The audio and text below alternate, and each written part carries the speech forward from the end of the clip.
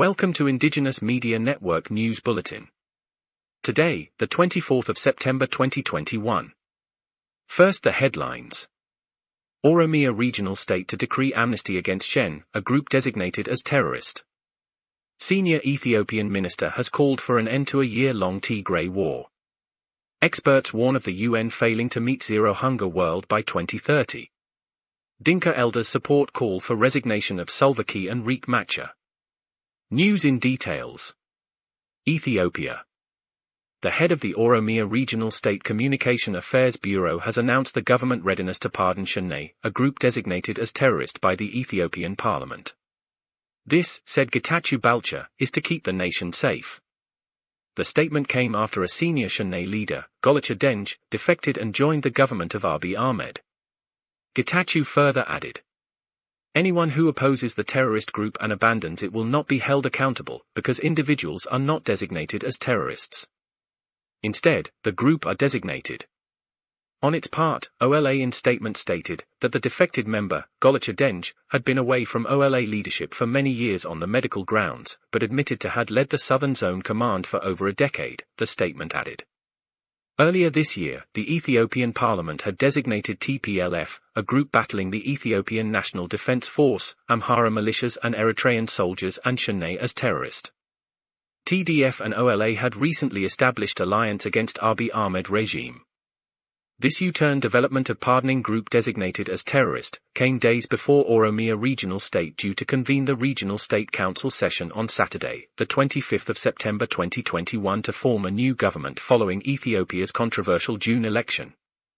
In another development, a senior Ethiopian government official has called for an end to a year-long civil conflict in the country.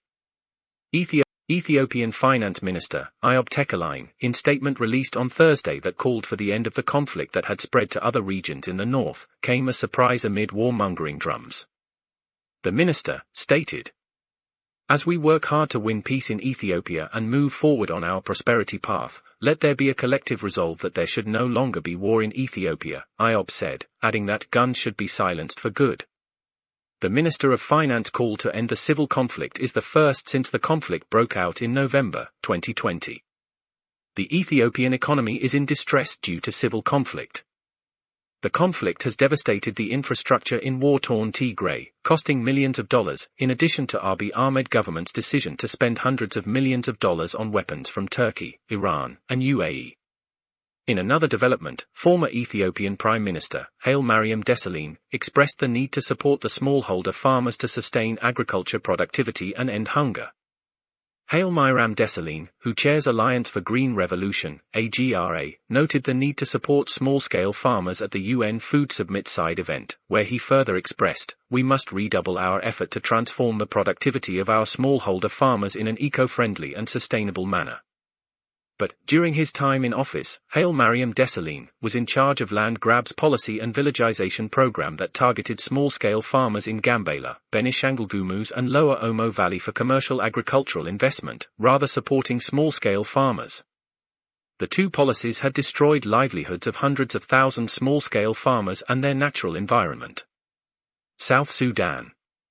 The controversial Jiang Council of Elders has called for South Sudan President, Salva and his first Vice President, a long rebel leader against his government, Riek Machar, to resign and give way to young blood.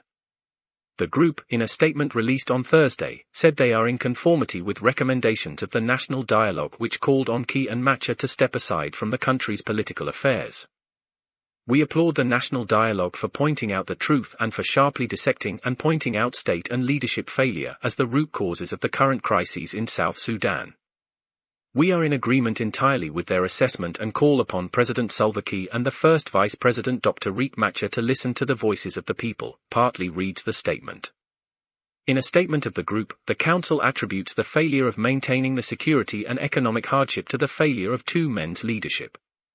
The group, however, did not mention whom they have in mind to replace the two failed leaders. The Jiang Council of Elders has influenced South Sudan politics since the country gained independence from Khartoum in 2011, but the absence of other key leaders in the statement casts doubts. Thanks for listening. You can subscribe to our YouTube channel for more news and updates. Join us again in our next news bulletin.